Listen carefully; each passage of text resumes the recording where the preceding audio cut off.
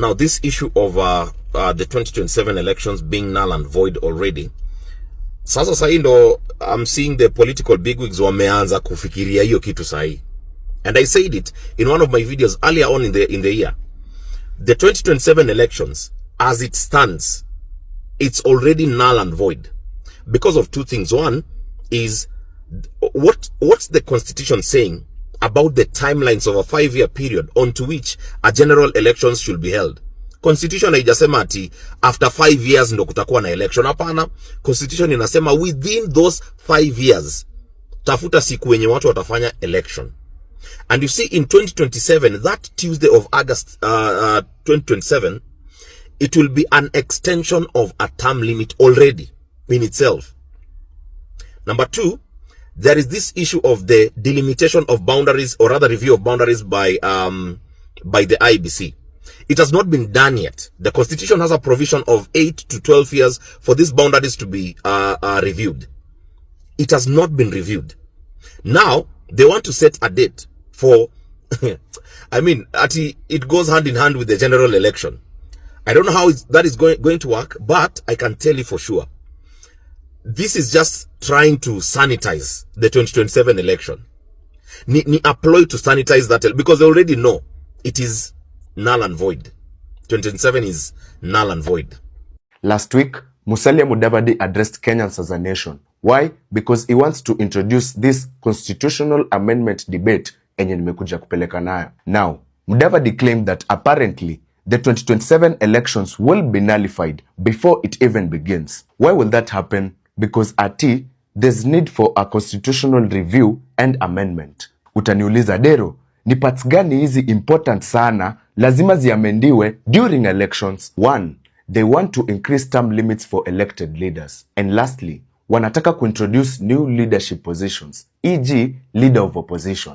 In order for them to succeed, itabidi wamefanya kitu inaitwa referendum. Acha tuingie daro. A referendum is basically a general vote by the electorate on a political question that has been posed to us for a direct decision. And it's usually applied when someone or a group of people want to change something in the constitution. Let me take you through the process of attaining it. Saisi amecall for referendum. Itakuwa documented and presented to Kenyans. And here's the catch. The referendum can only be passed by simple majority. Conducted by IBC. Tutaletewa referendum, which 1 million Kenyans will be required to participate. Hizi votes mtakuwa mmevote. If they meet the threshold of approval, then the draft bill will be passed to law. Ikifail pia, imefail polite like its predecessors, e.g. BBI na punguza mizigo. Fellow Kenyan, in layman's terms, hawa watu wanataka kuturob.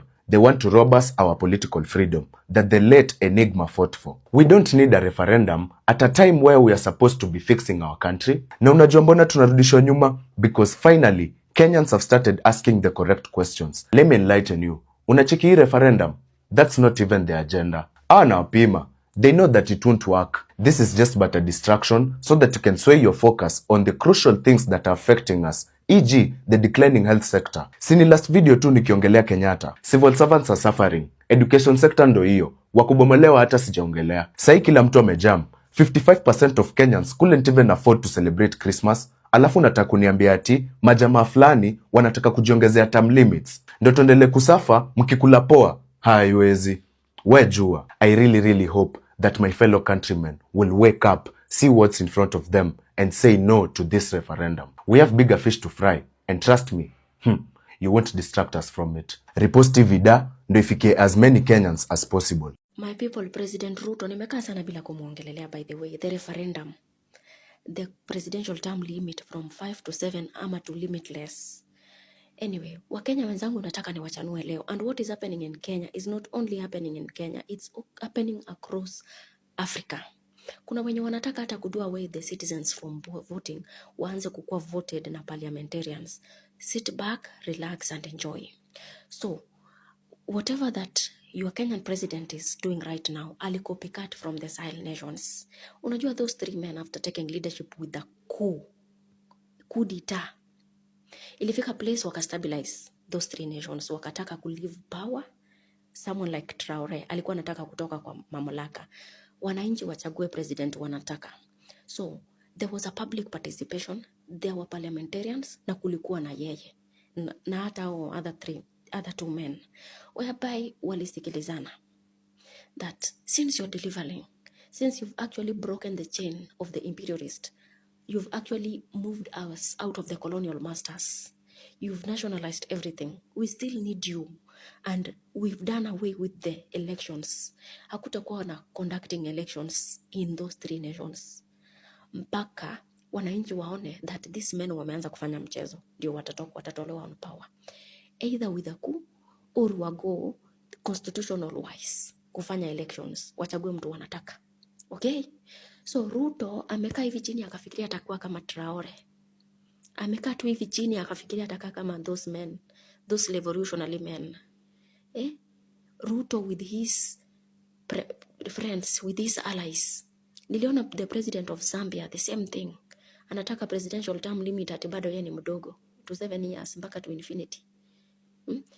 The thing you are seeing that your president is applying alicopycat from the Sahel nations. Ruto utakuwa hakuna siku yani hata utanusa Ibrahim Traore. Ule ni simba bana, ule ni lion. Kwa watu wanafuata history ya Captain Ibrahim Traore, understands him better. We maliza miaka yako 5 toka, we move on to the next venye tumezoea. Hivyo tu kama Wakenya hawakutaki jamani. Aluta. Kenyans wamekasirika sana na history ya constitutional amendments. Wanashangaa Mudavadi unawezaje kuja useme that 2027 elections will be nullified even before they start if we do not amend our constitution. In other words, it's to bring mambo ya prime minister, what. It may also include extension of presidential term limit or term limit ya elected leaders. But I said this to Kenyans yesterday. These people's main agenda is not even changing that constitution. These people have realized that Kenyans have started agitating for economic freedom because Raila Odinga and his group fought for political freedom. That's why we have chapter 4 of our constitution, the Bill of Rights. So we have already attained our political freedom in Kenya. The next step is economic freedom. But sasa our politicians, that's why you will see NGOs fighting mambo ya chapter 4, freedom of speech, what, but you'll never hear them fight for economic freedom. And that's why this government wants to take people back to political struggles. They don't want people to start agitating for a good economy. So Kenyans should just wake up and realize what is in front of them. Keep fighting for economic freedom. Don't allow them to. Hakuna kitu mbaya kama kuko kwa relationship na mtu mwenye hautaki na hata upendi. That's the same thing na president wetu kwa relationship. Ako mahali penye lazima work na hii constitution hakuwa hii support. Ile time kina baba walikuwa na pigana hii constitution ipite. Yeye alikuwa anaipinga, hakuwa anaitaka. Musalia Mudavadi anasema that 2027 elections will be nullified even before the elections start if we do not have a referendum in between here. So kitu tunajaribu kusema, we need an amendment ya constitution of which obviously, as we may speculate, is that ni extension of term limit ya elected leaders. But I can assure Kenyans, relax, don't take that so serious. They know it will cause chaos, so they know that's impossible. Na wanajua it may unify Kenyans. Even the people from Luo or ODM supporters, they cannot support something like that, extension of term limit. It's impossible. So, in other words, they're just trying to redirect the attention of the people from the privatization state assets like Kenya Pipeline and Safaricom shares. They need them urgently. Na wanajua Kenyans actively hawatakubali hiyo kitu ipitishwe. So they want to redirect the attention of the people, wa concentrate na mambo ya ati amendment of the constitution. Hiyo haiwezekani. They all know. Hata meet the requirements, hiyo kitu kupita bunge peke yake, hakuna MP atakuwa na confidence ya kupitisha hiyo kitu bunge. So let them Kenyans should relax and concentrate kwa mambo ya establishment of the sovereign wealth fund. There is no way a country can have an account which cannot be audited, or we can say that doesn't have oversight. Consolidated funds account, the control of budget. Pesa ikitoka huko lazima ikuwe approved by the controller of budget. Lakini kwa hii sovereign wealth fund, Hakuna system ka hiyo. Control of budget hana access to that account. The Auditor General has no access. So the moment Kenyans watakaa chini wakubali hii nini ipitishwe, sasa hata breaking news, Raila aliuliwa na mtu yote mwenye atasema that twende referendum kubadilisha term limit, kwa sababu alikuwa anajua Raila angekubali in any way term limit ibadilishwe ndio watu wakae kwa mamlaka sana. Na hadi pia mkitaka kuniua juu nimewaambia ukweli, you can just kill me cause si kwa maana kwa wananchi wa Kenya na siwezi liliwa venye Raila. So Kasongo realized that a re-election math was not mathing, that he was growing unpopular by the day. And so he decided to deliberately delay the appointment of IEBC officials in order to push for a referendum. Now, in Kenya, boundaries are supposed to be drawn after every 8 to 12 years. The last time that happened was in 2012, meaning that those boundaries were supposed to be redrawn somewhere in 2024. But that did not happen because around that time, we did not have a fully constituted IEBC.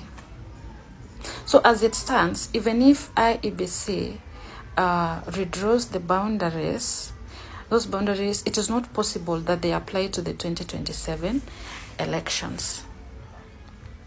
Now, in such a case, anybody can go to court and say, you know what, this election is null and void because of unfair representations. The boundaries have not been drawn according to the Constitution. They were not reviewed in 2024, and that can be ground for nullifying an election. So when that election is nullified, who stays in power? Kasongo continues to serve you as they sort the referendum issue. And assuming this referendum takes place as they are proposing alongside our general elections, majority of Kenyans normally vote along party lines. So it is very possible for these people to pass in sneaky clauses in that referendum. And it is not fair. Everything about this referendum is off.